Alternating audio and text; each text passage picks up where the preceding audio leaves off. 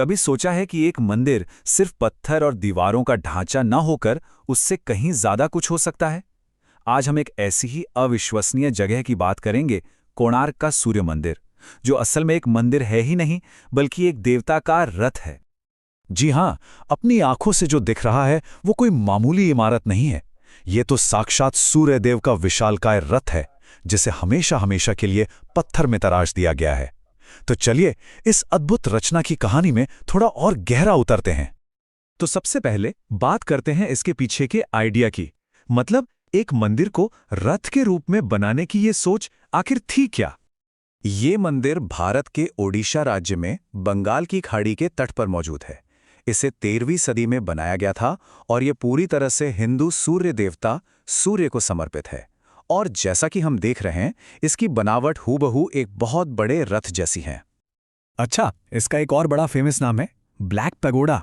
पुराने जमाने में जब यूरोप के नाविक यहां से गुजरते थे तो उन्हें ये गहरे रंग का ढांचा दूर समुद्र से ही एक लैंडमार्क की तरह नजर आता था। बस तभी से ये नाम पड़ गया।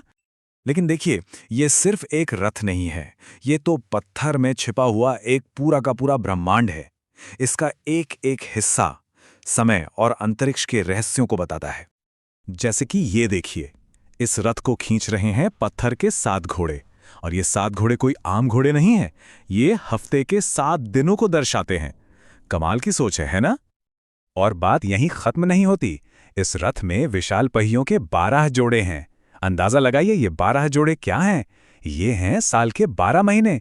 मतलब ये एक तरह का पत्थर का कैलेंडर ही हो गया।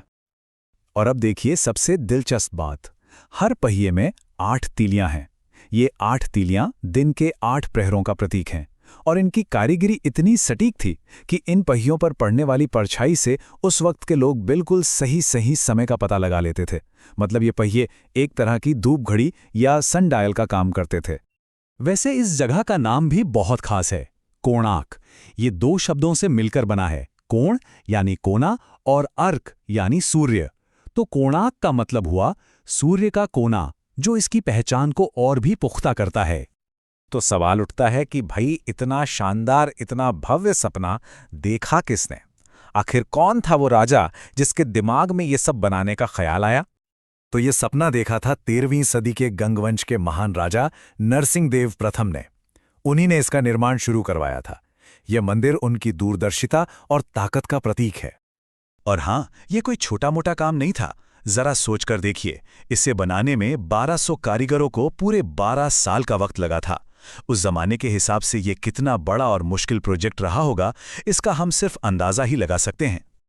चलिए अब जरा इस मंदिर की कलाकारी पर नजर डालते हैं, क्योंकि ये वाकई कला का एक बेजोड़ खजाना है। इसका हर पत्थर, हर कोना एक कहानी कहता है।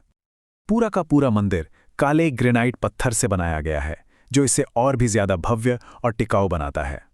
यहाँ की कला में एक गजब का संतुलन है।